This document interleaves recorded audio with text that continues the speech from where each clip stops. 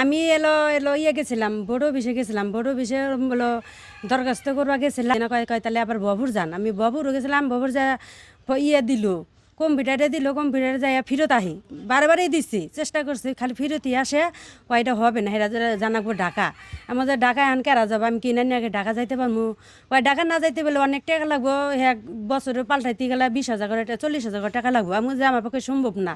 আমি যদি একটা করে বছর বয়স কমে যায় তাহলে তো আমার অনেক টাকা লাগবে, আমার তো বয়স অনেক, তো আমার পক্ষে সম্ভব না। আমার এত বড় ক্ষতিটা করলো কেন?